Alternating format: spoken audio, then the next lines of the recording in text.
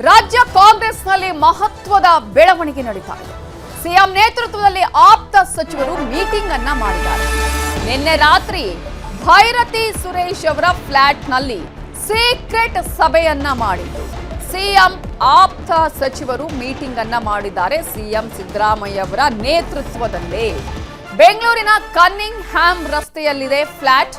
ರಾತ್ರಿ 8ರಿಂದ 11:30ರವರೆಗೆ ನಡೆದಿದೆ high voltage ಸಭೆ. ಈ ಒಂದು ಸಭೆಯಲ್ಲಿ ಯಾರ್ಯಾರು ಆಪ್ತರು ಭಾಗಿಯಾಗಿದ್ರು? ಸಚಿವರಾಗಿರುವಂತಹ ಮಹದೇವಪ್ಪ, ಸತೀಶ್ ಜಾರಕಿಹೊಳಿ, ಪರಮೇಶ್ವರ್ ಅವರು, ಹಾಗೆಯೇ ಮಾಜಿ ಸಚಿವರಾಗಿರುವ ರಾಜಣ್ಣ ಅವರು ಭಾಗಿಯಾಗಿದ್ರು. ಸಿಎಂ ಸಭೆಯಲ್ಲಿ ದಿನೇಶ್ ಗುಂಡೂರಾವ್ ಅವರು ಕೂಡ ಪಾಲ್ಗೊಂಡಿದ್ರು. ನಾಯಕತ್ವ ಬದಲಾವಣೆ, ಸಂಪುಟ ಪುನಾರಚನೆಯ ಚರ್ಚೆ ನಡೆದಿದೆ ಅಂತ ಹೇಳಲಾಗಿದೆ. ಡಿಸಿಎಂ ಡಿಕೆ ಶಿವಕುಮಾರ್ ಅವರ ಓಟಕ್ಕೆ ಬ್ರೇಕ್ ಹಾಕುವ ಬಗ್ಗೆ ಕೂಡ ಚರ್ಚೆಯನ್ನ ಮಾಡಲಾಗಿದೆಯಂತೆ. ಭೈರತಿ ಸುರೇಶ್ ಕಾರಲ್ಲೇ ಸಿಎಂ ಸಿದ್ದರಾಮಯ್ಯ ಸಭೆಗೆ ಹೋಗಿದ್ರಾ? ಎಸ್ಕಾರ್ಟ್ ಬಿಟ್ಟು ಸಭೆಗೆ ಹೋಗಿದ್ರು ಸಚಿವರುಗಳು. ಸಾಕಷ್ಟು ಕುತೂಹಲ ಮೂಡಿಸಿದೆ ಸಿಎಂ ಸಿದ್ದರಾಮಯ್ಯ ಹಾಗೆಯೇ ಅವರ ಟೀಮ್ನ ಈ ಒಂದು ಸಭೆ. ಈ ಸಭೆ ಯಾವ ಕಾರಣಕ್ಕಾಗಿ ನಡೆಯಿತು, ಯಾವ ವಿಚಾರ ಚರ್ಚೆ ಆಯಿತು ಅನ್ನೋದನ್ನ ನಾವು ಕುತೂಹಲದಿಂದ ಗಮನಿಸಿದ್ರೆ ಇದರಲ್ಲಿ ಎರಡು ಪ್ರಮುಖ ವಿಚಾರಗಳು ಕಾಣಿಸ್ತಾ ಇದೆ.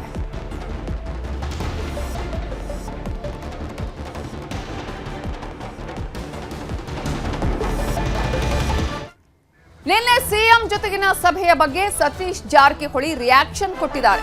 ಅವರು ಹೇಳೋದೇನ್ ಗೊತ್ತಾ, ನಿನ್ನೆ ಅಂಥದ್ದೇನು ಚರ್ಚೆ ನಡೆದಿಲ್ಲ, 2020 ಅಷ್ಟೇ, ಅರ್ಧ ಕ್ರಿಕೆಟ್ ಟೀಮ್ ಸಿಎಂ ಮೀಟಿಂಗ್ ನಲ್ಲಿತ್ತು ಅಂತ ಹೇಳಿದ್ದಾರೆ. ಸೊ ಎಲ್ಲರೂ ಕೂಡ ಕ್ರಿಕೆಟ್ ಆಡೋದ್ರಲ್ಲಿ ಎಕ್ಸ್ಪರ್ಟ್ ಅಂತ ಹೇಳಿದ್ದಾರೆ ಸಾಹುಕಾರ್ ಸತೀಶ್ ಜಾರಕಿಹೊಳಿ ಅವರು. ಸೊ ಅರ್ಧಕ್ಕರ್ಧ ಟೀಮ್ ಅಷ್ಟೇ ಇದ್ದಿದ್ದು ಅಂತ ಹೇಳ್ತಾರೆ. ಎಲ್ಲರೂ ಕ್ರಿಕೆಟ್ ಆಡೋದ್ರಲ್ಲಿ ಎಕ್ಸ್ಪರ್ಟ್ ಅಂತ ಹೇಳಿದ್ದಾರೆ. ನಮ್ಮ ಪಾರ್ಟಿಲಿ 2 ಟೀಮ್ ಇಲ್ಲ ಅಂತ ಸತೀಶ್ ಜಾರಕಿಹೊಳಿ ಹೇಳಿದ್ದಾರೆ. ಮೇ 4ರ ಫಲಿತಾಂಶದ ನಂತರ ಏನಾಗುತ್ತೋ ಗೊತ್ತಿಲ್ಲ, ಇಲ್ಲೇ ಇರೋದು ಟ್ವಿಸ್ಟ್. ಸೊ ಕ್ಯಾಬಿನೆಟ್ ಪುನಾರಚನೆ ಸೇರಿದಂತೆ ಹಲವು ವಿಚಾರಗಳ ಬಗ್ಗೆ ಚರ್ಚೆ ಆಗಿದೆ. ಸಿಎಂ ಮಧ್ಯಪ್ರವೇಶ ಮಾಡಬೇಕು ಅಂತ ಹೇಳಿದ್ದೇವೆ, ಸಿಎಂ ಮಧ್ಯಸ್ಥಿಕೆಯಲ್ಲಿ ವಹಿಸಬೇಕು ಅಂತಾನೂ ನಾವೆಲ್ಲ ಹೇಳಿದ್ದೇವೆ ಅಂತ ಸತೀಶ್ ಜಾರಕಿಹೊಳಿ ಹೇಳಿಕೆಯನ್ನ ಕೊಟ್ಟಿದ್ದಾರೆ. ಸೊ ಮೀಟಿಂಗ್ ಆಗಿದೆ, ಮೀಟಿಂಗ್ ಅಲ್ಲಿ ಎಲ್ಲ ವಿಚಾರಗಳು ಚರ್ಚೆ ಆಗಿದೆ. ಪ್ರಮುಖವಾಗಿ ಈಗ ಕಾಂಗ್ರೆಸ್ನಲ್ಲಿ ಆಗ್ತಾ ಇರುವಂತಹ ಬೆಳವಣಿಗೆ, ಟೀಮ್ ವಿಚಾರದಲ್ಲಿ ದೊಡ್ಡ ಮಟ್ಟದಲ್ಲಿ ಈಗ ಮಾತುಕತೆಗಳು ಕೇಳಿ ಬರ್ತಾ ಇದೆ. ಇವೆಲ್ಲದರ ಬಗ್ಗೆ ಕೂಡ ಸತೀಶ್ ಜಾರಕಿಹೊಳಿ ರಿಯಾಕ್ಷನ್ ಕೊಟ್ಟಿದ್ದಾರೆ. ನಾಳೆ ಅದು CS ಮೇಡಮ್ ರಿಪೋರ್ಟ್ ಕೊಡ್ಲಿಕ್ಕೆ ಹೇಳಿದ್ದಾರೆ. ಅವ್ರು ಯಾವ ರೀತಿ ಕೊಡ್ತಾರೆ, ಅದನ್ನು ಸರ್ಕಾರ ಯಾವ ರೀತಿ ಒಪ್ತತೆ ಅನ್ನೋದು ಮುಖ್ಯ. ಅವರು ನಾಳೆ ಭಾಳ ಜನ ನಾಳೆ ಮುಗಿಬೇಕು ಅನ್ನೋದು ಭಾಳ ಜನ ನಿರೀಕ್ಷೆಯಲ್ಲಿದ್ದಾರೆ. ಯಾಕಂದ್ರೆ ಅದು ಎಲ್ಲ ಕಡೆಯಿಂದ ಗೊಂದಲ ಆಗ್ತದೆ. ಬರೀ SC STಗೆಲ್ಲ ಜನರಲ್ನಲ್ಲಿ ಕೂಡ ಅದು ನೇಮಕಾತಿ ಸ್ಥಗಿತಗೊಂಡ್ರಿಂದ ಅಲ್ಲೂ ತೊಂದರೆ ಆಗ್ತದೆ. ಸೊ ನಾಳೆ ಏನೋ ಇತ್ಯರ್ಥ ಆಗ್ಬೇಕಂತ ಇದೆ. ಅಂತಿಮವಾಗಿ ಕ್ಯಾಬಿನೆಟ್ ಡಿಸಿಷನ್ ತೊಗೋಬೇಕಷ್ಟೆ. ಅಲ್ಲಿ ಬಂದವರೆ ಎಲ್ಲ ಕ್ರಿಕೆಟ್ ಆಡೋ ಎಕ್ಸ್ಪರ್ಟ್ ಇದ್ದಾರೆ, ಎಲ್ಲರೂ ಏನು ಯಾರು ಕಡಿಮೆ ಏನಿಲ್ಲ. ಅದೇ ಕ್ಯಾಬಿನೆಟ್ ಅಂತಿಮ ಡಿಸಿಷನ್ ತೊಗೋಬೇಕು. ಅದನ್ನು ನಾಳೆಗೆ ನೋಡೋಣ, ಚರ್ಚೆ ಮಾಡ್ತಾರೆ. ಸೊ ಅಂತಿಮವಾಗಿ ಎಲ್ಲರೂ ಒಪ್ಪಿಗೆ ಮೇರೆಗೆ ಆಗಬೇಕು. ಅದು ಎಲ್ಲರೂ ಸಹಮತ ಬೇಕಾದ್ರೆ ಇಲ್ಲ. ಜಮೀರವ್ರು ಬೇರೆ ಏನೋ ಕೆಲಸಕ್ಕೆ ಬಂದಿರೋ ಅದಕ್ಕೆ ಅವ್ರಿಗೇನಾರ ಹೇಳಿರ್ಬೋದು. ಅದನ್ನು ಗುರಿಯಾಗಿಟ್ಕೊಂಡು ಅವರು ಪ್ರೆಸ್ ಮಾಡಿದ್ರು ಹೊರತಾಗಿ ಅದು ಕಾಂಗ್ರೆಸ್ನ ವಿರೋಧ ಅಂತಲ್ಲ. ಸಚಿವ ಜಮೀರ್ ಅಹಮದ್ ಖಾನ್ ಅವರನ್ನ ಭೇಟಿ ಮಾಡಿದ್ದಾರೆ ಸತೀಶ್ ಜಾರಕಿಹೊಳಿ. ದಾವಣಗೆರೆ ದಂಗಲ್ ಬಗ್ಗೆ ಸಚಿವ ಸತೀಶ್ ಜಾರಕಿಹೊಳಿ ಜಮೀರ್ ಅಹಮದ್ ಅವರ ಜೊತೆಗೆ ಚರ್ಚೆ ಮಾಡಿದ್ದಾರೆ. ಜಮೀರ್ ಅಹಮದ್ ಭೇಟಿಯ ಬಗ್ಗೆ ಕೂಡ ಸತೀಶ್ ಜಾರಕಿಹೊಳಿ ಪ್ರತಿಕ್ರಿಯೆಯನ್ನ ಕೊಟ್ಟಿದ್ದಾರೆ. ಜಮೀರ್ ಬೇರೆ ಏನೋ ವಿಚಾರಕ್ಕೆ ಭೇಟಿ ಆಗಿದ್ರು. ಮುಸ್ಲಿಂ ಮೌಲ್ವಿಗಳ ಹೇಳಿಕೆ ನಮಗೆ ಸಂಬಂಧಪಟ್ಟದ್ದಲ್ಲ, ಮುಸ್ಲಿಂ ಸಮುದಾಯಕ್ಕೆ ಅನ್ಯಾಯ ಆಗಿಲ್ಲ ಅಂತ ಹೇಳಿದ್ದಾರೆ ಸತೀಶ್ ಜಾರಕಿಹೊಳಿ ಅವರು. ಈಗ ಅವರನ್ನ ಭೇಟಿ ಮಾಡಿದ ನಂತರ ಮಾತನಾಡಿದ್ದಾರೆ ಸತೀಶ್ ಜಾರಕಿಹೊಳಿ. ಎಂಟೈರ್ ಸಮುದಾಯಕ್ಕೆ ಏನೂ ಅನ್ಯಾಯ ಆಗಿಲ್ಲ. ಒಂದು ಭಾಗದಲ್ಲಿ ಒಂದು ತಾಲೂಕಿನಲ್ಲಿ ಆಗಿರುವಂಥ ಘಟನೆ ಅಷ್ಟೇ. ಅದನ್ನು ಸರಿಪಡಿಸ್ಲಿಕ್ಕೆ ಮಾಡ್ತೀವಿ, ಹೇಳಿದಲ್ಲ, ಸರಿಪಡಿಸ್ಲಿಕ್ಕೆ ಪ್ರಯತ್ನ ಎಲ್ಲರೂ ಮಾಡ್ತಾಯಿದ್ದೀವಿ, ಮಾಡ್ತೀವಿ. ಎಲ್ಲ ಪಾರ್ಟಿನೇ ಅದೇ. ನನಗೆ ಅಲ್ಲಿ ಗುಂಪು ಇಲ್ಲಿಲ್ಲ, ಪಾರ್ಟಿ ಹೋಲ್ ಪಾರ್ಟಿ ಒಂದೇ ಇದೆ. ಆಗಬೇಕಾದ ಅವರು ಎಲ್ಲರೂ ಕೂಡಿ ಒಂದೇ ಪ್ಲ್ಯಾಟ್ಫಾರ್ಮ್ನಲ್ಲಿ ಬರಬೇಕು ಅವರು. ಯಾಕಂದ್ರೆ ಆ ಕಡೆ ಒಂದು ಗುಂಪಾಗಿದೆ, ಈ ಕಡೆ ಗುಂಪಾಗಿದೆ. ಅಂತಿಮವಾಗಿ ನಮಗೆ ಪಕ್ಷಕ್ಕೆ ತೊಂದರೆ ಆಗ್ತದೆ. ಸೊ ಅವ್ರು ಬರಬೇಕು, ಬರ್ತಾರೆ, ಆದಷ್ಟು ಬೇಗ ಬರ್ತಾರೆ. ನಿನ್ನೆ ಅದು ಚರ್ಚೆ ಆಗಿದೆ. ಅವ್ರಿಗೆ ಮಧ್ಯಪ್ರವೇಶ ಮಾಡಲಿಕ್ಕೆ ಹೇಳಿದ್ವಿ. ಅವ್ರಿಗೆ ಎಲ್ಲರೂ ಹೇಳಿದ್ರು. ನಾವು ಅಷ್ಟೆಲ್ಲ ಎಲ್ಲರದ್ದು ಅಭಿಪ್ರಾಯ ಒಂದೇ ಇತ್ತು. ಇಲ್ಲ ನಿನ್ನೆ ಅವರೆಲ್ಲರೂ ಅದನ್ನೇ ಹೇಳಿದ್ದಾರೆ, ನೀವು ಮಧ್ಯಸ್ಥಿಕೆ ವಹಿಸಬೇಕು, ಇನ್ನು ಸ್ಟಾಪ್ ಮಾಡಬೇಕು ಅಂತ ನಿನ್ನೆ ಸಭೆಯಲ್ಲಿ ಎಲ್ಲರೂ ಒಟ್ಟಾಗಿ ಎಲ್ಲರೂ ಕೂಡ ಹೇಳಿದ್ದಾರೆ. ಅವರು ಕೂಡ ಹೇಳಿದ್ವಿ, ನೀನು ರಿಕ್ವೆಸ್ಟ್ ಮಾಡಿದ್ರಿ ಎಲ್ಲರೂ ಕೂಡ ಅವ್ರಿಗೆ, CM ಅವ್ರಿಗೆ. ನೋಡಿ ಎಂಟೈರ್ ಸಮುದಾಯಕ್ಕೆ ಏನು ಅನ್ಯಾಯ ಆಗಿ ವಾರಕ್ಕೆ 2 ಸತಿ ಸಚಿವರ ಜೊತೆ ನಾನು ಬರ್ತೀನಿ ಮನೆಗೆ, ಊಟಕ್ಕಾದರೂ ಬರ್ತೀನಿ, ಇಲ್ಲ ಕಾಫಿ ಕುಡಿಯೋಕ್ಕಾದ್ರೂ ಬರ್ತೀನಿ. ಪ್ರತಿ ಸಲ ಮೊನ್ನೆನೂ ಬಂದೋಗಿದ್ದೀನಿ, ನಿನ್ನೆನೂ ಬಂದಿದ್ದೆ, ನೆನ್ನೆ ಸಂಜೆನೂ ಬಂದಿದ್ದೆ. ನಾನು ಲೀಡ್ರಾಗಿ ಎಂದೂ ನಾನು ಹೇಳಿಲ್ಲ. ನಾನೊಬ್ಬ ಕಾಂಗ್ರೆಸ್ ಪಕ್ಷದ ಸಾಮಾನ್ಯ ಕಾರ್ಯಕರ್ತ, ನಾನೊಬ್ಬ ಜನಸೇವಕ. ಬರೀ ಮುಸ್ಲಿಂ ಸಮಾಜಕ್ಕಿಲ್ಲ, ಎಲ್ಲ ಬಡವ್ರ ಸಮಾಜ ಇದೆಯಲ್ಲ, ಬಡವರು ಅವ್ರ ಪರ ನಾನು ಇರೋದು. ನನ್ನ ಟಾರ್ಗೆಟ್ ಯಾರು ಮಾಡಿದ್ದಾರೆ? ಇಲ್ಲ ಯಾರೂ ನನ್ನ ಟಾರ್ಗೆಟ್ ಮಾಡಿಲ್ಲ. ಅಸಮಾಧಾನ ಅಂತೂ ಗುರುಗಳಿಗಾಗಿರೋದು ನಿಜ. ಏನಕ್ಕಂದ್ರೆ ದಾವಣಗೆರೆ ವಿಚಾರದಲ್ಲಿ ಟಿಕೆಟ್ ಕೇಳಿದರು, ಅದು ಟಿಕೆಟ್ ನಾವು ಪಕ್ಷ ವತಿಯಿಂದ ಕೊಡೋಕ್ಕೆ ಸಾಧ್ಯ ಆಗಲ್ಲ. ಕಡೆಗೆ ಏನಕ್ಕೆ ಕೊಡೋಕ್ಕೆ ಸಾಧ್ಯ ಆಗಲ್ಲ ಅಂತ ಆವತ್ತಿಂದ ಪದ್ಧತಿ ಬಂದಿದೆ. ಯಾರು ಕುಟುಂಬದಲ್ಲಿ ಸಾಯ್ತಾರೆ ಆ ಕುಟುಂಬದವ್ರಿಗೆ ಕೊಡಬೇಕಂತ ಆ ಪದ್ಧತಿ ಮುಂಚೆಯಿಂದ ಬಂದಿದೆ.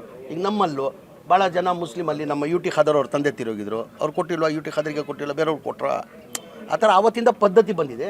ನಮ್ಮಲ್ಲಿ ಸ್ವಲ್ಪ ಬೇಜಾರಲ್ಲಿದ್ದಾರೆ, ನಮ್ಮ ಕರ್ಸ್ ಕೇಳಿ ಕೊಡಬೇಕಾಗಿತ್ತಂತ ಒಂದು ಸ್ವಲ್ಪ ಬೇಜಾರಲ್ಲಿದ್ದಾರೆ. ಅವತ್ತಿಂದ ಪದ್ಧತಿ ಬಂದಿದ್ದ ಕಾರಣಕ್ಕೆ ಅಲ್ಲಿ ಕೊಡಬೇಕಾಗಿತ್ತು, ಕೊಟ್ಟಿದ್ದಾರೆ. ಜನರಲ್ ಎಲೆಕ್ಷನ್ನಲ್ಲಿ ನೋಡುವಂಥ ಹೈಕಮಾಂಡೇ ಹೇಳಿದಾರಲ್ಲ, ಮನೆ ಸುರ್ಜೇವಾಲ ಅವರು ಹೇಳಿದ್ದಾರೆ, ಸಿದ್ದರಾಮಯ್ಯ ಅವರು ಹೇಳಿದ್ದಾರೆ, DK ಶಿವಕುಮಾರ್ ಅವರು ಹೇಳಿದ್ದಾರೆ. ಅವ್ರಿಗೆ ಸ್ವಲ್ಪ ಅಸಮಾಧಾನ ಆಗಿದ್ದಾರೆ. ಸಮಾಧಾನ ನಾಳೆ ಇದೇ ವಿಚಾರಕ್ಕೆ ಸಂಬಂಧಪಟ್ಟ ಹಾಗೆ ಇನ್ನಷ್ಟು ಡೀಟೇಲ್ಸ್ ಕೊಡೋದಕ್ಕೆ ನಮ್ಮ ರಿಪೋರ್ಟರ್ ಹೆಬ್ಬಾಕ ತಿಮ್ಮೇಗೌಡ ಈಗ ನೇರ ಸಂಪರ್ಕದಲ್ಲಿ ಜಾಯ್ನ್ ಆಗಿದ್ದಾರೆ. ತಿಮ್ಮೇಗೌಡ್ರೆ, ಕಾಂಗ್ರೆಸ್ನಲ್ಲಿ ನಡೀತಾ ಇರುವ ಬೆಳವಣಿಗೆಗಳು ಸದ್ಯಕ್ಕಂತೂ ನಿಲ್ಲುವ ಲಕ್ಷಣಗಳೇ ಕಾಣಿಸ್ತಾ ಇಲ್ಲ. ಕಾರಣ ದಿನಕ್ಕೊಂದು ಬೆಳವಣಿಗೆಗಳು ನಡೀತಾ ಇದೆ, ಇನ್ನೊಬ್ಬರು ಒಂದೊಂದು ರೀತಿಯ ಸ್ಟೇಟ್ಮೆಂಟ್ ಅನ್ನ ಕೊಡ್ತಾ ಇದ್ದಾರೆ. ಈ ಒಂದು ಬೆಂಕಿಗೆ ತುಪ್ಪ ಸುರಿಯುವ ಕೆಲಸವನ್ನು ಕೆಲವು ಕಡೆಯಿಂದ ಮಾಡಲಾಗ್ತದೆ. ಇದೀಗ ನಿನ್ನೆ CM ಸಿದ್ದರಾಮಯ್ಯ ಅವರ ನೇತೃತ್ವದಲ್ಲಿ ನಡೆದಂತಹ ಆಪ್ತರ ಮೀಟಿಂಗ್ನ ಇನ್ಸೈಡ್ ಮಾಹಿತಿಗಳು ಏನೇನು? ಆಪ್ತರ ಮೀಟಿಂಗ್ನ ಇನ್ಸೈಡ್ ಅಂದರೆ ಭಾಳ ಮುಖ್ಯವಾಗಿ CM ಸಿದ್ದರಾಮಯ್ಯನವರು ಮೌನವನ್ನು ಮುರಿಬೇಕು. ಮತ್ತೊಂದು ಕಡೆಯಾಗಿ CM DK ಶಿವಕುಮಾರ್ ಅವರ ಬಣ ಏಕಪಕ್ಷೀಯವಾಗಿ ನಿರ್ಧಾರವನ್ನು ತೆಗೆದುಕೊಳ್ತಾ ಇದೆ, ಅದಕ್ಕೆ ಪ್ರತಿತಂತ್ರವಾಗಿ ರಣತಂತ್ರವನ್ನು ರೂಪಿಸಬೇಕು. ಮತ್ತೊಂದು ಕಡೆಯಾಗಿ ದೆಹಲಿಗೆ ನಿಯೋಗವನ್ನು ಕೊಂಡೊಯ್ಯೋದ್ರ ಮುಖಾಂತರ ಈ ನಾಯಕತ್ವ ಬಿಕ್ಕಟ್ಟಿಗೆ ಸಂಬಂಧಪಟ್ಟಂತೆ ಒಂದು ಕ್ಲಾರಿಟಿಯನ್ನು ಪಡ್ಕೊಳ್ಬೇಕು.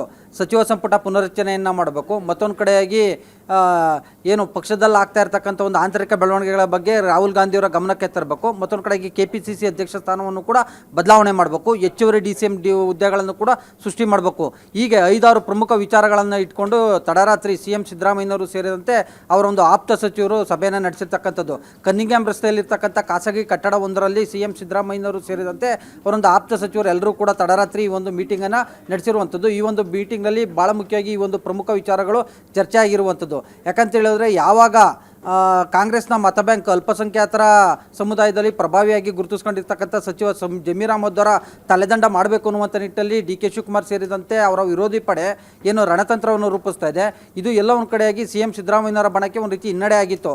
ಮತ್ತೊಂದು ಕಡೆಯಾಗಿ ಖುದ್ದು CM ಆಪ್ತರೇ CM ಅಸಹಾಯಕತೆ ಬಗ್ಗೆ ಬಹಿರಂಗವಾಗಿ ಹೇಳಿದರು. ಅಂದರೆ ಮಾಜಿ ಸಚಿವ KN Rajanna, Satish Jarkiholi, doctor G Parameshwar ಸೇರಿದಂತೆ ಹಲವಾರು ಮಂದಿ ನಾಯಕರುಗಳು CM ಅಸಹಾಯಕತೆ ಬಗ್ಗೆ ಅಸಮಾಧಾನವನ್ನು ಕೂಡ ವ್ಯಕ್ತಪಡಿಸಿದರು. ಸೊ ಹೀಗಾಗಿ ಇಂಥದ್ದು ಈ ಒಂದು ನಿಟ್ಟಲ್ಲಿ ಯಾವ ರೀತಿಯಾಗಿ ಸ್ಟ್ರಾಟಜಿಯನ್ನು ರೂಪಿಸಬೇಕು, ಮತ್ತೊಂದು ಕಡೆಯಾಗಿ ಈ ಒಂದು DK ಶಿವಕುಮಾರ್ ಅವರ ಏಕಪಕ್ಷೀಯ ನಿರ್ಧಾರಕ್ಕೆ ಯಾವ ರೀತಿಯಾಗಿ ಬ್ರೇಕ್ ಹಾಕಬೇಕು, ಮತ್ತೊಂದು ಕಡೆಯಾಗಿ ಆಪ್ತರನ್ನು ಯಾವ ರೀತಿಯಾಗಿ ರಕ್ಷಣೆಯನ್ನು ಮಾಡ್ಕೊಳ್ಬೇಕು, ಸಚಿವ ಸಂಪುಟ ಪುನರ್ರಚನೆಯನ್ನು ಮಾಡಬೇಕು ಅಂದರೆ ಯಾವ ರೀತಿಯಾಗಿ ದಾಳವನ್ನು ಉಳಿಸಬೇಕು, ನಾಯಕತ್ವ ಬಿಕ್ಕಟ್ಟಿಗೆ ಸಂಬಂಧಪಟ್ಟಂತೆ ಹೈಕಮಾಂಡನ್ನು ಯಾವ ರೀತಿಯಾಗಿ ಹೈಕಮಾಂಡಿಂದ ಯಾವ ರೀತಿಯಾಗಿ ಒಂದು ಸ್ಪಷ್ಟನೆಯನ್ನು ಪಡಿಬೇಕು. ಈ ನಿಟ್ಟಲ್ಲಿ ಒಂದಷ್ಟು ಚರ್ಚೆಗಳನ್ನು ಸುಮಾರು 2-3 ಗಂಟೆಗಳ ಕಾಲ CM ಸಿದ್ದರಾಮಯ್ಯನವರ ನೇತೃತ್ವದಲ್ಲಿ ಚರ್ಚೆಯನ್ನು ಮಾಡಿರ್ತಕ್ಕಂಥದ್ದು. ಎಸ್ಪೆಷಲಿ ಒಂದು ಹೆಜ್ಜೆ ಮುಂದೆ ಹೋಗಿ ಮಾತನಾಡಿರ್ತಕ್ಕಂಥ ಸತೀಶ್ ಜಾರಕಿಹೊಳಿ, ಮತ್ತೊಂದು ಕಡೆಯಾಗಿ KN ರಾಜಣ್ಣನವರು, ಸರ್ ನೀವು ಈ ಇಷ್ಟರ ಮಟ್ಟಿಗೆ ಸೈಲೆಂಟ್ ಆದರೆ ಆಗೋದಿಲ್ಲ ಸರ್, ನೀವು ಮೌನವನ್ನು ಮುರಿಬೇಕು, ನೀವು ಮಧ್ಯಸ್ಥಿಕೆಯನ್ನು ವಹಿಸಬೇಕು. ಇಲ್ಲದೇ ಇದ್ದರೆ ರಾಜಣ್ಣಂಗಾದ ಪರಿಸ್ಥಿತಿ ಜಮೀರ್ಗೂ ಆಗುತ್ತೆ, ನಾಳೆ ನಮಗೂ ಆಗುತ್ತೆ. ಈ ನಿಟ್ಟಿನಲ್ಲಾದರೆ ನಿಮ್ಮನ್ನು ನಂಬ್ಕೊಂಬಂದವ್ರಿಗೆ ನಿಮ್ಮನ್ನು ನಂಬ್ಕೊಂಬಂದಂಥ ನಮ್ಮಗಳ ಗತಿ ಏನು ಅನ್ನುವಂಥ ನಿಟ್ಟಲ್ಲಿ ನೇರವಾಗಿ ಪ್ರಶ್ನೆಯನ್ನು ಮಾಡಿದ್ದಾರೆ ಅಂತ ಹೇಳಲಾಗ್ತಾ ಇದೆ. ಸೊ ಹೀಗಾಗಿ ಪಂಚರಾಜ್ಯ ಚುನಾವಣೆಗಳ ಬಳಿಕ, ಫಲಿತಾಂಶದ ಬಳಿಕ ಅಂದರೆ May 4 ಬಳಿಕ ಹೈಕಮಾಂಡ್ ಭೇಟಿ ಮಾಡೋದಕ್ಕೂ ಕೂಡ ಈ ಒಂದು ಸಭೆಯಲ್ಲಿ ನಿರ್ಧಾರವನ್ನು ಮಾಡಿದ್ದಾರೆ ಅಂತ ಹೇಳಲಾಗ್ತಾ ಇದೆ. ಒಟ್ಟಾರೆ ಹೇಳಬೇಕು ಅಂದರೆ ಈ ಒಂದು ಕಾಂಗ್ರೆಸ್ನ ಮತ ಬ್ಯಾಂಕ್ ಅಲ್ಪಸಂಖ್ಯಾತರ ನಾಯಕರ ಟಾರ್ಗೆಟ್ ಏನಾಗ್ತಾ ಇದೆ, ಎಸ್ಪೆಷಲಿ CM ಆಪ್ತರನ್ನು ಏನು ಟಾರ್ಗೆಟ್ ಮಾಡಲಾಗ್ತಾ ಇದೆ ಅನ್ನುವಂಥ ನಿಟ್ಟಲ್ಲಿ ಏನು ಚರ್ಚೆ ಆಗ್ತಾ ಇತ್ತು. ಸೊ ಇದರಿಂದ ಅಲರ್ಟ್ ಆಗಿರ್ತಕ್ಕಂಥ ಮುಖ್ಯಮಂತ್ರಿ ಸಿದ್ದರಾಮಯ್ಯನವರು ಇದೀಗ ಹೈಕಮಾಂಡನ್ನು ಭೇಟಿ ಮಾಡೋದಕ್ಕೂ ಕೂಡ ಒಂದು ಚಿಂತನೆಯನ್ನು ನಡೆಸಿದ್ದಾರೆ ಅಂತ ಹೇಳಲಾಗ್ತಿದೆ. ಸೊ ಇದಕ್ಕೆ ಪೂರಕವಾಗಿ ತನ್ನ ಆಪ್ತ ಸಚಿವರ ಜೊತೆ ತಡರಾತ್ರಿ ಸಭೆಯನ್ನು ನಡೆಸಿರುವಂಥದ್ದು. ನವಿತಾ ಜೈನ್. ಥ್ಯಾಂಕ್ ಯು ತಿಮ್ಮೇಗೌಡ್ರೆ ಡೀಟೇಲ್ಸ್ಗೆ. ಚಿನ್ನ ಕೊಡಿಸೋ ನೆಪದಲ್ಲಿ ಸುಮಾರು 2 ಕೋಟಿ ವಂಚನೆ ಎಸಗಲಾಗಿದೆ. ಜ್ಯುವೆಲರ್ಸ್ ಮಾಲೀಕ ಮಹಿಳೆಯ ವಿರುದ್ಧ ಇದೀಗ ವಂಚನೆಯ ಕೇಸ್ ದಾಖಲಾಗಿದೆ. ಬೆಂಗಳೂರಿನ HSR ಲೇಔಟ್ ಠಾಣೆಯಲ್ಲಿ ಈ ಸಂಬಂಧ ದೂರು ದಾಖಲಾಗಿದೆ. ಚಿನ್ನ ಕೊಡಿಸುವ ನೆಪ. ಈ ಹಿನ್ನೆಲೆಯಲ್ಲಿ ಸುಮಾರು 2 ಕೋಟಿ ರೂಪಾಯಿ ವಂಚನೆಯನ್ನ ಮಾಡಿರುವ ಹಿನ್ನೆಲೆಯಲ್ಲಿ ಮಾಲೀಕ ಹಾಗೆಯೇ ಮಹಿಳೆ ವಿರುದ್ಧ ವಂಚನೆಯ ಕೇಸ್ ದಾಖಲಾಗಿದೆ. ಪುನೀತ್ ಅನ್ನುವ ಆತನಿಗೆ 2 ಕೋಟಿ ವಂಚನೆಯನ್ನ ಮಾಡಿದ್ದಾರಂತೆ. ಎಂಪಿ ಜುವೆಲ್ಲರ್ಸ್ ಮಾಲೀಕ ಇಂದ್ರ ಚಂದ್ ಸವಿತಾ ರೆಡ್ಡಿ ವಿರುದ್ಧ ಕೇಸ್ ದಾಖಲಾಗಿದೆ. ಚಿನ್ನದ ಬೆಲೆ ಕಡಿಮೆ ಆಯಿತು ಅಂತ ಖರೀದಿಗೆ ಮುಂದಾಗಿದ್ರು ಪುನೀತ್. ಮದುವೆಗೆ ಚಿನ್ನ ಖರೀದಿಸಲು ಪುನೀತ್ ಮುಂದಾಗಿದ್ರು. ತನ್ನ ಸಂಬಂಧಿ ಸವಿತಾ ಮೂಲಕ ಖರೀದಿಗೂ ಕೂಡ ಅವರು ರೆಡಿ ಆಗಿದ್ರು. ಎಂಪಿ ಜುವೆಲ್ಲರ್ಸ್ ಬಳಿಗೆ ಕರೆಸಿದಂತಹ ಸವಿತಾ ಚಿನ್ನ ಖರೀದಿಸಿದ ಮೇಲೆ ಚಿನ್ನವನ್ನ ಕೊಟ್ಟಿಲ್ಲ, ಹಣ ಪಡೆದು ಚಿನ್ನ ಕೊಟ್ಟಿಲ್ಲ ಮಾಲೀಕರು. ಇದು ಮಾರ್ಚ್ 27ರಂದು ನಡೆದಿರುವಂತಹ ಘಟನೆ. ಪುನೀತ್ ತನ್ನ ಸಂಬಂಧಿ ಸವಿತಾ ಮೂಲಕ ಚಿನ್ನವನ್ನ ಖರೀದಿ ಮಾಡೋದಕ್ಕೆ ಹೋಗ್ತಾರೆ, ಚಿನ್ನವನ್ನ ಖರೀದಿ ಕೂಡ ಮಾಡ್ತಾರೆ, ದುಡ್ಡು ಪಾವತಿಸ್ತಾರೆ. ಆದ್ರೆ ಚಿನ್ನ ಖರೀದಿಸಿದ ಮೇಲೆ ಚಿನ್ನನೇ ಕೊಟ್ಟಿಲ್ಲ, ಮಾಲೀಕರೇ ಇಟ್ಕೊಂಡಿದ್ದಾರಂತೆ. ಈ ಹಿನ್ನೆಲೆಯಲ್ಲಿ ವಂಚನೆಯ ಪ್ರಕರಣವನ್ನ ಈಗ ದಾಖಲಿಸಲಾಗಿದೆ. ಹಣ ಪಡೆದು ಚಿನ್ನ ಕೊಟ್ಟಿಲ್ಲ ಮಾಲೀಕರು ಅಂತ ಹೇಳಿ ಮಾರ್ಚ್ 27ರಂದು ಈ ಘಟನೆ ನಡೆದಿದ್ದು, ಸವಿತಾ ಹಾಗೂ ಇಂದ್ರಚಂದ್ ವಿರುದ್ಧ ಇದೀಗ ಪುನೀತ್ ಕೇಸನ್ನ ದಾಖಲಿಸಿದ್ದಾರೆ. ತಮ್ಮ ಸಂಬಂಧಿ ಅಂತ ಹೇಳಿ ನಂಬ್ಕೊಂಡು ಹೋಗಿದ್ದಕ್ಕೆ ಇದೀಗ 3 ನಾಮ ಹಾಕಿದ್ದಾರೆ ಸವಿತಾ ರೆಡ್ಡಿ. ಸೊ ಅವರ ವಿರುದ್ಧವೇ ವಂಚನೆಯ ಆರೋಪವನ್ನ ಈಗ ಮಾಡಲಾಗಿದ್ದು ಪ್ರಕರಣವನ್ನ ಕೂಡ ದಾಖಲಿಸಿದ್ದಾರೆ. ಚಿನ್ನ ಕೊಡಿಸೋದಾಗಿ 2 ಕೋಟಿ ರೂಪಾಯಿ ವಂಚನೆಯನ್ನ ಎಸಗಿದ್ದಾರೆ. ಇದೀಗ ಜುವೆಲ್ಲರ್ಸ್ ಮಾಲೀಕ ಹಾಗೆಯೇ ಸವಿತಾ ರೆಡ್ಡಿ ವಿರುದ್ಧ ಪ್ರಕರಣವನ್ನ ಪುನೀತ್ ದಾಖಲಿಸಿದ್ದಾರೆ. ಕಾರಣ ಇಷ್ಟೇ, ತನ್ನ ಮದುವೆಗೆ ಅಂತ ಹೇಳಿ ಚಿನ್ನ ಖರೀದಿ ಮಾಡಬೇಕು ಅಂತ ಹೇಳಿ ಚಿನ್ನ ಖರೀದಿಸೋದಕ್ಕೆ ಅಂತ ಹೇಳಿ ಅವರು ತಮ್ಮ ಸಂಬಂಧಿಯೇ, ಹಾಗಾಗಿ ಅವ್ರ ಥ್ರೂನೇ ಹೋಗೋಣ ಅಂತ ಪುನೀತ್ ಸವಿತಾ ರೆಡ್ಡಿಯನ್ನು ಸಂಪರ್ಕ ಮಾಡಿ ಅವರನ್ನು ಕರ್ಕೊಂಡು ಹೋಗಿ ಅಲ್ಲಿ ಚಿನ್ನ ಖರೀದಿಸುವಂತಹ ಪ್ರಯತ್ನವನ್ನ ಮಾಡ್ತಾರೆ. ಚಿನ್ನವನ್ನೂ ಖರೀದಿಸ್ತಾರೆ, ದುಡ್ಡು ಪಾವತಿ ಮಾಡ್ತಾರೆ. ಖರೀದಿಸಿದ ಚಿನ್ನ ಮಾತ್ರ ಅವ್ರ ಕೈಗೆ ಸಿಕ್ಕಿಲ್ಲ. ಕಾರಣ ಮಾಲೀಕ ಕೊಟ್ಟಿಲ್ಲ. ಈ ಹಿನ್ನೆಲೆಯಲ್ಲಿ ದೂರನ್ನ ದಾಖಲಿಸಿದ್ದಾರೆ. ಇದರ ಬಗ್ಗೆ ಇನ್ನಷ್ಟು ಡೀಟೇಲ್ಸ್ ಕೊಡೋದಕ್ಕೆ ನಮ್ಮ ರಿಪೋರ್ಟರ್ ಮಾದೇಶ್ ಈಗ ನೇರ ಸಂಪರ್ಕದಲ್ಲಿ ಜಾಯ್ನ್ ಆಗಿದ್ದಾರೆ. ಮಾದೇಶ್, ಚಿನ್ನವನ್ನ ಪರ್ಚೇಸ್ ಮಾಡಿದ ಬಳಿಕ ಮಾಲೀಕರೇ ಯಾಕೆ ಅದನ್ನ ಇಟ್ಕೊಂಡ್ರು? ಅಂದ್ರೆ ಸವಿತಾ ರೆಡ್ಡಿ ಎಲ್ಲಿದ್ರು? ಅವ್ರ ಜೊತೆನೆ ಹೋಗಿದ್ರ ಪುನೀತ್ ಜೊತೆಗೆ? ಮೊದಲೇ ಈ ರೀತಿಯಾಗಿ ಒಂದು ವಂಚನೆ ಮಾಡುವಂತಹ ಪ್ರೀ ಪ್ಲಾನ್ ಏನಾದ್ರು ಮಾಡ್ಕೊಂಡಿದ್ರಾ, ಹೇಗೆ? ನವಿತಾ, ಈ ಇಬ್ಬರ ಬಗ್ಗೆ ಪುನೀತ್ ವಿಚಾರಿಸಿದಂತ ಸಂದರ್ಭದಲ್ಲಿ ಇಬ್ರು ಕೂಡ ಫ್ರಾಡ್ ಅನ್ನ ಮಾಡ್ತಿದ್ರು. ಅದರಲ್ಲೂ ಕೂಡ ಖಾಸಗಿ ಜುವೆಲ್ಲರಿಯ ಮಾಲೀಕ ಆಗಿರುವಂತ ಇಂದ್ರಚಂದ್ ಏನಿದೆ, ಈತ ಸಾಕಷ್ಟು ಬಾರಿ ಈತನ ಮೇಲೆ ಒಂದಷ್ಟು ವಂಚನೆ ಪ್ರಕರಣಗಳು ಕೂಡ ದಾಖಲಾಗಿದೆ ಅಂತೇಳಿ ಗೊತ್ತಾಗಿದೆ. ಹೀಗಾಗಿ ಇವರು ವಂಚನೆ ಮಾಡೋದಕ್ಕೆ ಅಂತಾನೆ ಪ್ರೀ ಪ್ಲಾನ್ಡ್ ಆಗಿ ಪುನೀತ್ ನನ್ನ ಸಂಪರ್ಕ ಮಾಡಿದ್ರು. ಇಲ್ಲಿ ಇಂದ್ರಚಂದ್ ಮತ್ತೆ ಸವಿತಾ ರೆಡ್ಡಿ ಇಬ್ರು ಕೂಡ ಕಮ್ಯುನಿಕೇಶನ್ ಅನ್ನ ಮಾಡ್ಕೊಂಡಿರ್ತಾರೆ. ಸವಿತಾ ರೆಡ್ಡಿ ಇರ್ತಾಳೆ, ಈಕೆ ಯಾರೆಲ್ಲ ಕ್ಯಾಂಡಿಡೇಟ್ ಅನ್ನ ಹುಡುಕಿ ಆತನ ಅವರಿಗೆ ಒಂದಷ್ಟು ಡಿಸ್ಕೌಂಟ್ ಇದೆ, ನನಗೆ ಗೊತ್ತಿರುವಂತ ಮಾಲೀಕರು ಇದ್ದಾರೆ, ಅವ್ರದ್ದೇ ಜುವೆಲ್ಲರಿ ಅಂಗಡಿ ಇದೆ, ಹೀಗಾಗಿ ನಿಮ್ಗೆ ಕಡಿಮೆ ಬೆಲೆಯಲ್ಲಿ ಚಿನ್ನವನ್ನ ಕೊಡಿಸ್ತೇನೆ ಅಂತೇಳಿ ಆಕೆ ಕಸ್ಟಮರ್ ಗಳನ್ನ ಕರೆ ತರೋದು.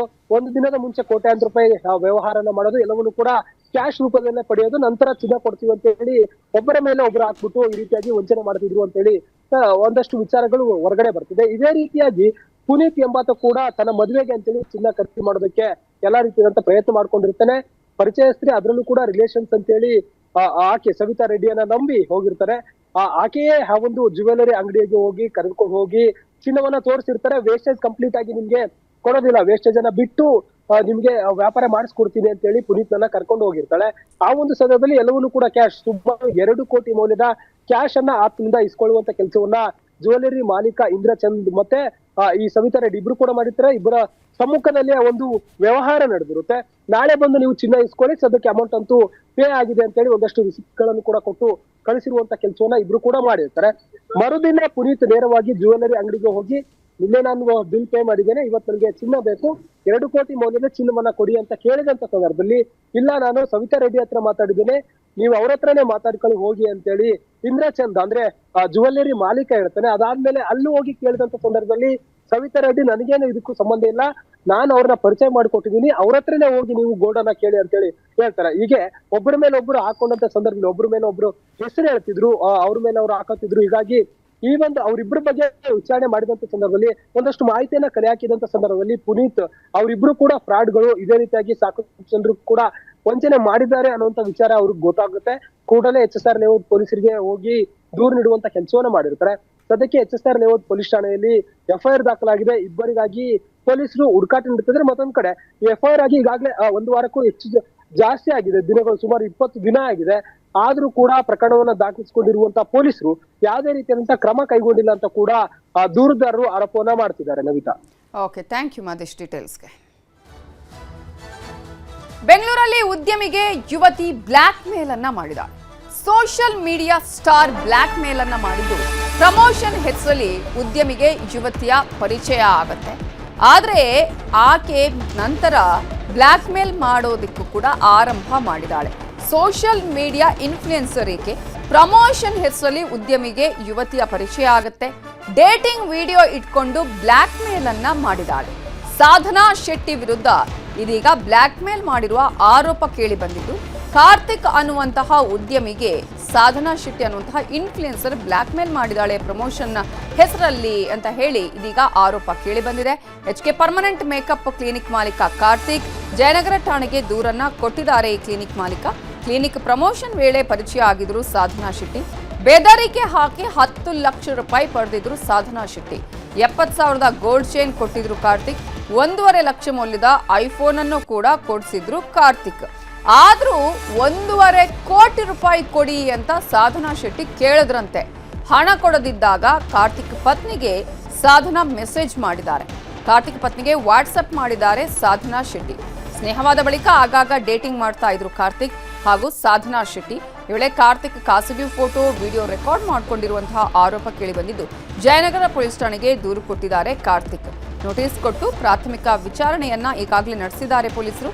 ಮತ್ತೆ ವಿಚಾರಣೆಗೆ ಹಾಜರಾಗೋದಕ್ಕೂ ಕೂಡ ಪೊಲೀಸರು ಸೂಚನೆಯನ್ನ ಕೊಟ್ಟಿದ್ದಾರೆ. ಒಟ್ಟಾರೆಯಾಗಿ ಈಗಾಗಲೇ ನಾನು ಇನ್ಫ್ಲುಯೆನ್ಸರ್ ಅಂತ ಹೇಳ್ಕೊಂಡು ಪರಿಚಯ ಆಗಿ ಆ ನಂತರ ಒಂದಷ್ಟು ರೀತಿಯಾಗಿ ಜ್ಯುವೆಲ್ರಿ ಆಗಿರ್ಬೋದು, ಐಫೋನ್ಗಳನ್ನು ಪಡ್ಕೊಂಡು ಬಳಿಕ ಕೂಡ ಖಾಸಗಿ ಫೋಟೋಗಳನ್ನು ಅವರ ವಿಡಿಯೋಗಳನ್ನು ಇಟ್ಕೊಂಡು ಕಾರ್ತಿಕ್ಗೆ ಬ್ಲ್ಯಾಕ್ ಮೇಲ್ ಮಾಡಿದಂತಹ ಆರೋಪಕ್ಕೆ ಸಂಬಂಧಪಟ್ಟ ಹಾಗೆ ಕಾರ್ತಿಕ್ ದೂರನ್ನ ದಾಖಲಿಸಿದ್ದಾರೆ. ಈ ಮೂಲಕ ಇದೀಗ ಪೊಲೀಸರು ನೋಟಿಸ್ ಕೊಟ್ಟು ವಿಚಾರಣೆಯನ್ನ ಮಾಡಿದ್ದಾರೆ. ಮತ್ತೆ ವಿಚಾರಣೆಗೆ ಬರೋದಕ್ಕೂ ಕೂಡ ಈಗಾಗಲೇ ಸೂಚನೆಯನ್ನ ಕೊಟ್ಟಿದ್ದಾರೆ. ಇದೇ ವಿಚಾರಕ್ಕೆ ಸಂಬಂಧಪಟ್ಟ ಹಾಗೆ ಇನ್ನಷ್ಟು ಡೀಟೇಲ್ಸ್ ಅನ್ನ ಕೊಡೋದಕ್ಕೆ ನಮ್ಮ ರಿಪೋರ್ಟರ್ ಮಾದೇಶ್ ಫೋನ್ ನೇರ ಸಂಪರ್ಕದಲ್ಲಿ ಜಾಯ್ನ್ ಆಗಿದ್ದಾರೆ. ಮಾದೇಶ್, ಈಗಾಗಲೇ ಈತನ ಪರಿಚಯ ಹೇಗಾಗಿತ್ತು, ಜೊತೆಗೆ ಈತ ಯಾಕೆ ಮೊದಲ ಬಾರಿಗೆ ದುಡ್ಡು ಆಗಿರ್ಬೋದು, ಐಫೋನ್ ಆಗಿರ್ಬೋದು, ಜ್ಯುವೆಲ್ರಿನ ಫಸ್ಟ್ ಕೊಟ್ಟಿದ್ದು, ಅಂದ್ರೆ ಏನಾದ್ರೂ ಫ್ರೆಂಡ್ಶಿಪ್ ಬೇರೆ ರೀತಿಯ ಟರ್ನ್ ಅನ್ನ ಪಡ್ಕೊಂಡಿತ್ತಾ, ಹೇಗೆ? ನವಿತಾ, ಇಬ್ರು ಕೂಡ ಒಂದಷ್ಟು ದಿನಗಳ ಮುಂಚೆ ಅಂದ್ರೆ 2-3 ವರ್ಷಗಳ ಮುಂಚೆ ಪರಿಚಯ ಆಗಿರ್ತಾರೆ. ಕಾರ್ತಿಕ್ ಈತ ಒಂದು ಕ್ಲಿನಿಕ್ ಅನ್ನ ನಡೆಸುವಂತ ಕೆಲಸವನ್ನು ಮಾಡುತ್ತಿರ್ತಾರೆ. ತನ್ನ ಕ್ಲಿನಿಕ್ ನ ಪ್ರಮೋಷನ್ ಗಾಗಿ ಒಂದಷ್ಟು ಜನರನ್ನ ಹುಡುಕಾಟ ಮಾಡ್ತಿರ್ತಾನೆ. ಇದೇ ಸಂದರ್ಭದಲ್ಲಿ ಸೋಷಿಯಲ್ ಮೀಡಿಯಾ ಇನ್ಫ್ಲುಯೆನ್ಸರ್ ಆಗಿರುವಂತಹ ಸಾಧನಾ ಶೆಟ್ಟಿ ಪರಿಚಯ ಆಗ್ತಾಳೆ. ಅಂದ್ರೆ ಆಕೆ ಒಂದಷ್ಟು ಸಣ್ಣ ಪುಟ್ಟ ಬ್ರ್ಯಾಂಡ್ ಗಳಿಗೆ ಸೋಷಿಯಲ್ ಮೀಡಿಯಾದಲ್ಲಿ, ಅದರಲ್ಲೂ ಕೂಡ ಇನ್ಸ್ಟಾಗ್ರಾಮ್ ನಲ್ಲಿ ಪ್ರಮೋಷನ್ ಮಾಡುವಂತ ಕೆಲಸವನ್ನ ಮಾಡ್ತಿರ್ತಾಳೆ. ಸುಮಾರು 4 ಲಕ್ಷ ಜನ ಆಕೆಯನ್ನ ಫಾಲೋ ಮಾಡ್ತಿದ್ದಾರೆ. ಹೀಗಾಗಿ ಆಕೆಯ ಜೊತೆ ನಮ್ಮ ಬ್ರ್ಯಾಂಡ್ ಅನ್ನ ಅಂದ್ರೆ ತಮ್ಮ ಕ್ಲಿನಿಕ್ ಅನ್ನ ಪ್ರಮೋಷನ್ ಮಾಡಿಸ್ಬೋದು ಅಂತೇಳಿ ಸಾಧನಾ ಶೆಟ್ಟಿಯನ್ನ ಸಂಪರ್ಕ ಮಾಡುವಂತ ಕೆಲಸವನ್ನ ಕಾರ್ತಿಕ್ ಮಾಡಿರ್ತಾರೆ. ಈ ಒಂದು ಪ್ರಮೋಷನ್ ವಿಚಾರವಾಗಿ ಇಬ್ಬರ ಮಧ್ಯೆ ಕಾಂಟ್ಯಾಕ್ಟ್ ಬೆಳೆದಿರುತ್ತೆ. ಕಾಂಟ್ಯಾಕ್ಟ್ ಆದ ನಂತರದಲ್ಲಿ ಇಬ್ಬರ ಮಧ್ಯೆ ಸ್ನೇಹ ಕೂಡ ಆಗಿರುತ್ತೆ. ಈಗಾಗಲೇ ಕಾರ್ತಿಕ್ ಮದುವೆ ಆಗಿದ್ರು ಕೂಡ ಈಕೆಯ ಜೊತೆ ರಿಲೇಶನ್ಶಿಪ್ಗೆ ಬೀಳ್ತೇನೆ. ಅಂದ್ರೆ ಒಂದಷ್ಟು ದಿನಗಳ ಕಾಲ ಇವರು ಡೇಟಿಂಗ್ ಅನ್ನು ಕೂಡ ಮಾಡ್ತಾರೆ. ಡೇಟಿಂಗ್ ಮಾಡುವಂತ ಸಂದರ್ಭದಲ್ಲಿ ಈ ಇಬ್ಬರ ಒಂದಷ್ಟು ಫೋಟೋಗಳನ್ನ, ಖಾಸಗಿ ಫೋಟೋಗಳನ್ನ ಆಕೆ ಅಂದ್ರೆ ಸಾಧನಾ ಶೆಟ್ಟಿ ಏನಿರ್ತಾಳೆ ಆಕೆ ತೆಗೆದುಕೊಂಡಿರ್ತಾಳೆ. ಅದಾದ್ಮೇಲೆ ಯಾವಾಗ ಫೋಟೋಗಳು ತೆಗೆದುಕೊಂಡಿರ್ತಾಳ ಹಂತ ಹಂತವಾಗಿ ಈತನಿಗೆ ಬೆದರಿಕೆ ಹಾಕೋದಕ್ಕೆ ಶುರು ಮಾಡ್ತಾಳೆ. ಅಂದ್ರೆ ನನಗೆ ಹಣ ಬೇಕು, ಜ್ಯುವೆಲರಿ ಬೇಕು, ಐಫೋನ್ ಬೇಕು ಅಂತ ಹೇಳಿ ಆತನ ಬಳಿ ಬೇಡಿಕೆ ಇಡ್ತಾಳೆ. ಕೇಳಿದಾಗಲೂ ಕೂಡ ಐಫೋನ್ ಕೊಡ್ಸೋದಂತಾಗಿರ್ಬೋದು, 1.5 ಲಕ್ಷದ ಐಫೋನ್ ಆಗಿರ್ಬೋದು, ಲಕ್ಷಾಂತರ ರೂಪಾಯಿ ಮೌಲ್ಯದ ಚಿನ್ನಾಭರಣ ಉಂಗುರ ಆಗಿರ್ಬೋದು, ಚೈನ್ ಎಲ್ಲವನ್ನೂ ಕೂಡ ಕಾರ್ತಿಕ್ ಕೊಡಿಸ್ತಾನೆ. ಅಷ್ಟಾಗಿಯೂ ಕೂಡ ಮತ್ತೆ ಮತ್ತೆ ಹಣ ಬೇಕು ಅಂತೇಳಿ ಈಕೆ ಕೇಳ್ತಿರ್ತಾಳೆ. 1.5 ಕೋಟಿ ಹಣ ಕೊಟ್ಟು ನನಗೆ ಸೆಟಲ್ ಮಾಡು ಅಂತೇಳಿ ಆಕೆ ಕೇಳಿದ್ರು ಅನ್ನುವಂತ ಆರೋಪ ಕೇಳಿ ಬಂದಿದೆ. ಆ ಒಂದು 1.5 ಕೋಟಿ ಯಾವಾಗ ಕೊಟ್ಟಿಲ್ಲ, ಕೂಡಲೇ ಅವ್ರ ಹೆಂಡತಿಗೆ ತಮ್ಮ ಖಾಸಗಿ ಫೋಟೋಗಳನ್ನ ಅಂದ್ರೆ ಕಾರ್ತಿಕ್ ಅವರ ಪತ್ನಿಗೆ ಸಾಧನಾ ಶೆಟ್ಟಿ ಮತ್ತೆ ಕಾರ್ತಿಕ್ ಇರುವಂತಹ ಖಾಸಗಿ ಫೋಟೋಗಳನ್ನ ಕಳಿಸಿರ್ತಾರೆ. ಕಳಿಸಿದಾದ್ಮೇಲೆ ಕಾರ್ತಿಕ್ ಮನೆಯಲ್ಲಿ ಜಗಳ ಆದಂತ ಸಂದರ್ಭದಲ್ಲಿ ಮತ್ತೆ ನೇರವಾಗಿ ಆತ ಬಂದು ಪೊಲೀಸರಿಗೆ ಕೆಲಸ ಮಾಡಿದ್ದಾನೆ. ಈ ರೀತಿಯಾಗಿ ವಂಚನೆ ಮಾಡಿದ್ದಾಳೆ, ಬೆದರಿಕೆ ಹಾಕಿದ್ದಾಳೆ ಅಂತ ದೂರನ್ನ ನೀಡಲಾಗಿದೆ. ದೂರಿನ ಅನ್ವಯ ಈಗಾಗಲೇ ಪ್ರಕರಣವನ್ನ ದಾಖಲಿಸಿಕೊಂಡಿರುವಂತಹ ಜಯನಗರ ಪೊಲೀಸರು ಆಕೆಯನ್ನ ಕರೆಸಿ ವಿಚಾರಣೆ ಮಾಡಿದ್ದಾರೆ. ವಿಚಾರಣೆ ಸಂದರ್ಭದಲ್ಲಿ ಇಲ್ಲ ಸರ್, ನನ್ನ ಮೊಬೈಲ್ ನಲ್ಲಿ ಸದ್ಯಕ್ಕೆ ಯಾವುದೇ ರೀತಿಯಾದಂತ ವಿಡಿಯೋಗಳಿಲ್ಲ, ಎಲ್ಲವನ್ನೂ ಕೂಡ ಡಿಲೀಟ್ ಮಾಡಿದ್ದೇನೆ ಅಂತೇಳಿ ಹೇಳಿದ್ದಾರೆ ಅಂತೇಳಿ ಗೊತ್ತಾಗಿದೆ. ಸದ್ಯಕ್ಕೆ ಪ್ರಾಥಮಿಕ ಹಂತದ ವಿಚಾರಣೆ ಮಾಡಲಾಗಿದೆ. ಮುಂದಿನ ಹಂತದಲ್ಲೂ ಕೂಡ ನಿಮ್ಗೆ ವಿಚಾರಣೆ ಮಾಡ್ಬೇಕಾಗುತ್ತೆ ಅಂತೇಳಿ ಮತ್ತೆ ನೋಟಿಸ್ ಕೊಟ್ಟು ಮತ್ತೆ ವಿಚಾರಣೆಗೆ ಬರೋದಕ್ಕೆ ಜಯನಗರ ಪೊಲೀಸರು ಸೂಚನೆಯನ್ನ ನೀಡಿದ್ದಾರೆ. ಸದ್ಯಕ್ಕೆ ಈಕೆಯನ್ನ ನಂಬಿ ಮನೆಯಲ್ಲಿ ಗಲಾಟೆ ಮಾಡ್ಕೊಂಡು ಈಗ ಕಾರ್ತಿಕ್ ತಮ್ಮ ವೈಯಕ್ತಿಕ ಕುಟುಂಬದಲ್ಲೂ ಕೂಡ ಈಗ ಒಂದಷ್ಟು ಸಿಚುವೇಶನ್ ಅನ್ನ ಫೇಸ್ ಮಾಡುವಂತಹ ಒಂದು ಸ್ಥಿತಿ ಎದುರಾಗಿದೆ. ನೀವು ಕುಡಿಯೋ ನೀರು ಶುದ್ಧವೋ ಅಶುದ್ಧವೋ? ಬೆಂಗಳೂರಿನ ಜೀವಜಲ ಆಗ್ತಾ ಇದೆಯಾ ಹಾಲಾಹಲ? ಕುಡಿಯುವ ನೀರಿನ ರಿಯಾಲಿಟಿ ಚೆಕ್. ನ್ಯೂಸ್ 18 ಸಾಮಾಜಿಕ ಕಳಕಳಿ. ಜೀವಜಲವೋ ವಿಷಜಲವೋ? News 18 mega coverage.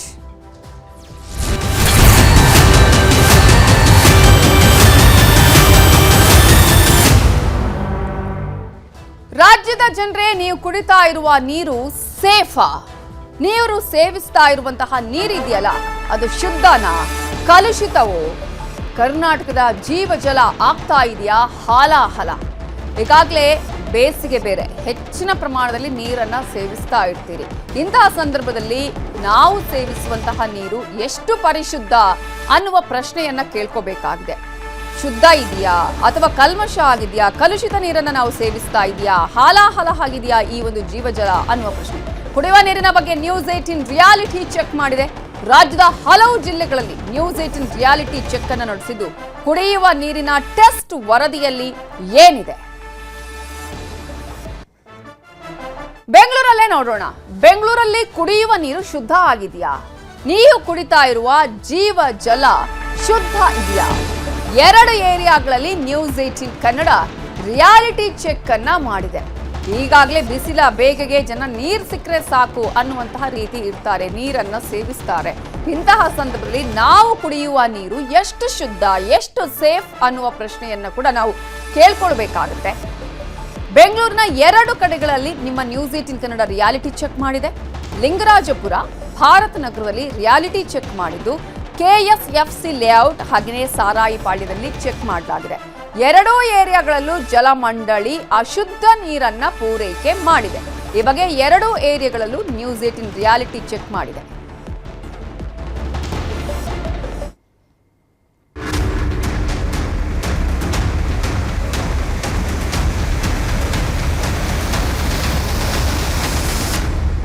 ಬೆಂಗಳೂರು ಮಾಯಾನಗರಿ. ಇಲ್ಲಿ ಕೋಟ್ಯಾಂತರ ಜನರು ಬದುಕು ಕಟ್ಕೊಂಡಿದ್ದಾರೆ. ಇಂತಹ ದೊಡ್ಡ IT ಸಿಟಿಯಲ್ಲಿ ನೀರಿನ ಸಮಸ್ಯೆಗೆ ಮಾತ್ರ ಮುಕ್ತಿ ಸಿಕ್ಕಿಲ್ಲ. ಈ ಮಧ್ಯೆ ನಾವು ಕುಡಿಯುತ್ತಿರುವ ನೀರು ಶುದ್ಧವಾಗಿದೆಯೋ ಇಲ್ವೋ ಅನ್ನೋ ಪ್ರಶ್ನೆ ಕೂಡ ಬೆಂಗಳೂರಿಗರನ್ನ ಕಾಡ್ತಿದೆ. ಇದಕ್ಕಾಗಿ ಅಖಾಡಕ್ಕಿಳಿದ ನ್ಯೂಸ್ 18 ಬೆಂಗಳೂರಿನ 2 ಏರಿಯಾಗಳಲ್ಲಿ ರಿಯಾಲಿಟಿ ಚೆಕ್ ಮಾಡಿದೆ. ನಾವು ಕುಡಿಯುತ್ತಿರೋದು ಜೀವಜಲಾನ ಅಥವಾ ಹಾಲಾಹಲಾನ ಅನ್ನೋದನ್ನ ಬಯಲು ಮಾಡಿದೆ. ಕುಡಿಯುವ ನೀರು ಕುಡಿಯೋದಕ್ಕೆ ಯೋಗ್ಯ ಇದೆಯಾ ಇಲ್ವಾ, ಇದರ ರಿಯಾಲಿಟಿ ಚೆಕ್ ಅನ್ನ ನ್ಯೂಸ್ 18 ಇವತ್ತು ಮಾಡ್ತಾ ಇದೆ. ಸೊ ನಾವೀಗ KSFC ಲೇಔಟಲ್ಲಿರುವಂತಹ ವೈಜಯಂತಿ ಅನ್ನುವಂತಹ ಇಲ್ಲಿನ ನಿವಾಸಿಯವರ ಮನೆಯಲ್ಲಿ ನಾವಿದ್ದೀವಿ. ಸೊ ಅವ್ರು ಬಳಸ್ತಾ ಇರುವಂತಹ ಕುಡಿಯೋ ನೀರು ಎಷ್ಟು ಯೋಗ್ಯವಾಗಿದೆ ಅನ್ನೋದನ್ನ ಟೆಸ್ಟ್ ಮಾಡೋದಕ್ಕೆ ಬಂದಿದ್ದೀವಿ. ಅವ್ರ ಹತ್ರನೇ ಒಂದು ಬಾಟಲ್ ಇದೆ. ಈ ವಾಟರ್ ಬಾಟಲಲ್ಲಿ ಯಾವುದೇ ರೀತಿಯಾಗಿ ವಾಟರ್ ಇಲ್ಲ, ಖಾಲಿ ಬಾಟಲ್ ಇದೆ. ಸೊ ಅವರ ಸಮ್ಮುಖದಲ್ಲೇ ಅವರ ಮನೆಯ ಒಂದು ಜಲಮಂಡಳಿಯಿಂದ ನೀರು ಏನು ಪೂರೈಕೆ ಆಗ್ತಾ ಇತ್ತು ಆ ನೀರನ್ನು ಅವರ ಸಮ್ಮುಖದಲ್ಲೇ ನಾವೀಗ ಆ ನೀರನ್ನು ತುಂಬಿಸ್ಕೊಳ್ತಾ ಇದ್ದೀವಿ. ಮೇಡಮ್, ನಿಮ್ಮ ಎದುರುಗಡೆನೇ ನಾವು ಈ ನೀರನ್ನು, ನಿಮ್ಮ ಮನೆ ನೀರನ್ನು, ಕುಡಿಯೋಕೆ ಬರ್ತಾ ಇದ್ದ ನೀರನ್ನು ತುಂಬಿಸ್ಕೊಳ್ತಾ ಇದ್ದೀವಿ. ಸೊ ನೀವೇ ಸಾಕ್ಷಿ.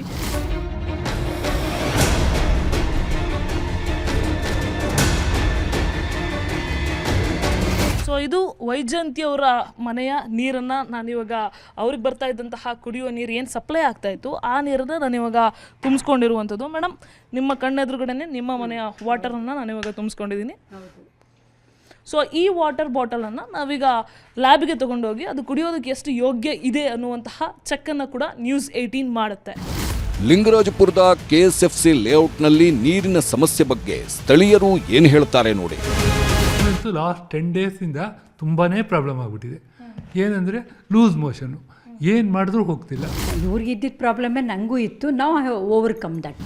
ಇದಿಷ್ಟು ಲಿಂಗರಾಜಪುರದ KSFC ಲೇಔಟ್ನ ಕಥೆಯಾದರೆ, ಬೆಂಗಳೂರಿನ ಭಾರತ್ ನಗರದ ಸಾರಾಯಿಪಾಳ್ಯದ ಜನರು ಕುಡಿಯುತ್ತಿರುವ ನೀರಿನ ಕ್ವಾಲಿಟಿ ಹೇಗಿದೆ ಅನ್ನೋದನ್ನ ನ್ಯೂಸ್ 18 ಬಿಚ್ಚಿಟ್ಟಿದೆ.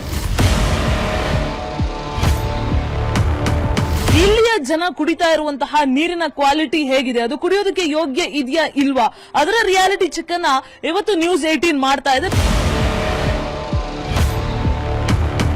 ಸೊ ನಾನೀಗ ಸಾರಾಪಾಳ್ಯದ ನಿವಾಸಿ ಒಬ್ಬರ ಮನೆಯ ಸಂಪೂರ್ಣ ನೀರು ಯಾವ ರೀತಿಯಾಗಿದೆ ಅಂತ ಅಂದ್ರೆ ಕಾವೇರಿ ನೀರು ಬಂದಿರೋದು. ಸೊ ಆ ನೀರನ್ನ ಅವ್ರು ಸ್ಟೋರ್ ಮಾಡಿ ಇಟ್ಟಿದ್ದಾರೆ. ಸೊ ಅದನ್ನ ಈ ಖಾಲಿ ಬಾಟಲ್ ಅಲ್ಲಿ ನಾನು ಇವಾಗ ಆ ವಾಟರ್ ಅನ್ನ ಸ್ಟೋರ್ ಮಾಡ್ತೀನಿ.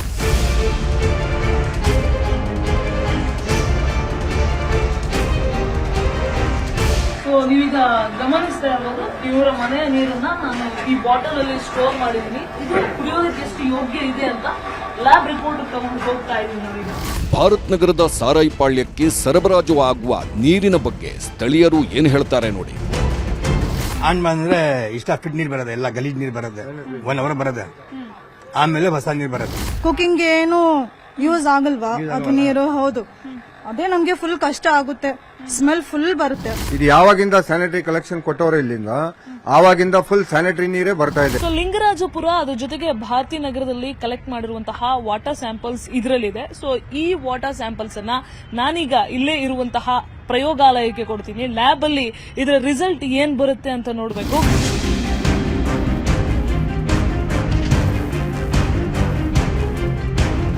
ಲಿಂಗರಾಜಪುರದ ಕೆಎಸ್ಎಫ್ಸಿ ಲೇಔಟ್ ಹಾಗೂ ಭಾರತ್ ನಗರದ ಸಾರಾಯಿ ಪಾಳ್ಯದಲ್ಲಿ ಕಲೆಕ್ಟ್ ಮಾಡಿದ ನೀರನ್ನ ಲ್ಯಾಬ್ಗೆ ಕಳಿಸಲಾಯಿತು. ಆದರೆ ಲ್ಯಾಬ್ನಿಂದ ಬಂದ ವರದಿ ಆತಂಕಕಾರಿಯಾಗಿದೆ. 2 ಏರಿಯಾಗಳಲ್ಲೂ ನೀರು ಕುಡಿಯಲು ಯೋಗ್ಯವಲ್ಲ ಎಂಬುವ ರಿಪೋರ್ಟ್ ಬಂದಿದೆ.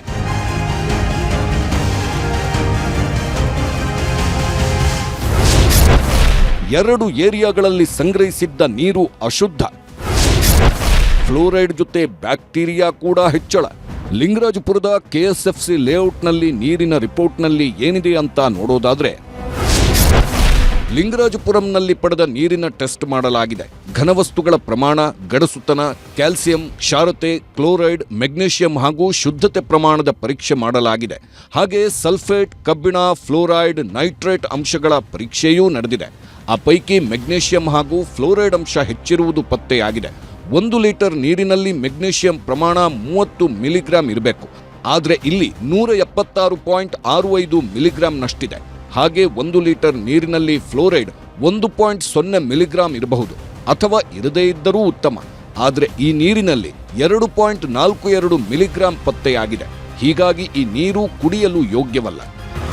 ಭಾರತ್ ನಗರದ ಸಾರಾಯಿ ಪಾಳ್ಯದಲ್ಲಿ ಸಂಗ್ರಹಿಸಿದ ನೀರಿನ ರಿಪೋರ್ಟ್ನಲ್ಲಿ ಏನಿದೆ ಅಂತ ನೋಡೋದಾದ್ರೆ, ಸಾರಾಯಿ ಪಾಳ್ಯದಲ್ಲಿ ಪಡೆದ ನೀರಿನ ಟೆಸ್ಟ್ ಮಾಡಲಾಗಿದೆ.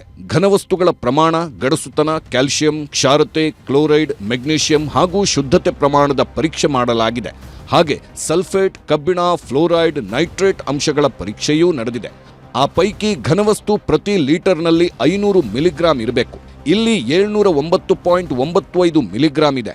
ಹಾಗೆ 200 ಮಿಲಿಗ್ರಾಂ ಇರಬೇಕು, ಆದರೆ 342.21 ಮಿಲಿಗ್ರಾಂ ಇದೆ. ಕ್ಲೋರೈಡ್ ಅಂಶ 250 ಮಿಲಿಗ್ರಾಂ ಇರಬೇಕು, ಆದರೆ 286.77 ಮಿಲಿಗ್ರಾಂ ಅಷ್ಟೇ ಇದೆ. ಮೆಗ್ನೀಷಿಯಂ ಅಂಶ 30 ಮಿಲಿಗ್ರಾಂ ಇರಬೇಕು, ಆದರೆ ಇಲ್ಲಿ 59.35 ಮಿಲಿಗ್ರಾಂ ಇರೋದು ಪತ್ತೆಯಾಗಿದೆ. ಹಾಗಾಗಿ ಈ ನೀರು ಕೂಡ ಕುಡಿಯೋದಕ್ಕೆ ಸೂಕ್ತ ಅಲ್ಲವೇ ಅಲ್ಲ. ಇನ್ನು ಈ ನೀರಿನ ಲ್ಯಾಬ್ ರಿಪೋರ್ಟ್, ಈ ನೀರನ್ನ ಕುಡಿಯೋದ್ರಿಂದ ಆಗುವ ಪರಿಣಾಮಗಳು ಏನು ಅಂತ ತಜ್ಞರು ಹೇಳ್ತಾರೆ ನೋಡಿ. ಕಲರ್ ಇರಬಹುದು ಅಥವಾ ವಾಸನೆ ಇರಬಹುದು.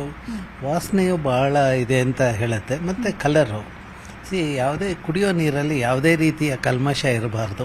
ಇಟ್ಸ್ ಎ ಕಲರ್ಲೆಸ್ ಓಡರ್ಲೆಸ್ ಅಂತ ನಾವು ಹೇಳ್ತೇವೆ. ಬಟ್ ಇದು ತದ್ವಿರುದ್ಧ ಆಗಿದೆ. ಎರಡನೇದು, ಅದರಲ್ಲಿ ಟೋಟಲ್ ಹಾರ್ಡ್ನೆಸ್ಸು ಮತ್ತು ಕಂಡಕ್ಟಿವಿಟಿ ಮತ್ತು ಇದು ಮೆಗ್ನೀಷಿಯಮ್, ಕ್ಯಾಲ್ಸಿಯಂ. ಟೋಟಲ್ ಹಾರ್ಡ್ನೆಸ್ ಆದಾಗ ಒಂದು ಸ್ಕೇಲಿಂಗ್ ಆಗುತ್ತೆ ಪಾತ್ರೆಗಳಲ್ಲಿ. ಎರಡನೇದು ಅದು ನಮ್ಮ ಆರೋಗ್ಯದ ಮೇಲೂ ಬಹಳಷ್ಟು ತೊಂದರೆ ಕೊಡುತ್ತೆ. As per the article 21, clean air and clean water is everybody's fundamental right. ಅದಕ್ಕೆ ತದ್ವಿರೋಧವಾಗಿ ಇರೋ ನೀರು ನಮಗೆ ಸಿಗ್ತಾ ಇದೆ ಅಂತ ಈ ವರದಿಯಿಂದ ನಮ್ಗೆ ತಿಳಿದು ಬರುತ್ತೆ. ಒಟ್ನಲ್ಲಿ ಬೆಂಗಳೂರಿನ ಕಥೆ ಹೀಗಾದ್ರೆ ಹಳ್ಳಿಗಳ ಸ್ಥಿತಿ ಏನನ್ನೋ ಪ್ರಶ್ನೆ ಶುರುವಾಗಿದೆ. ಪ್ರಗತಿ ಶೆಟ್ಟಿ, ನ್ಯೂಸ್ 18, ಬೆಂಗಳೂರು.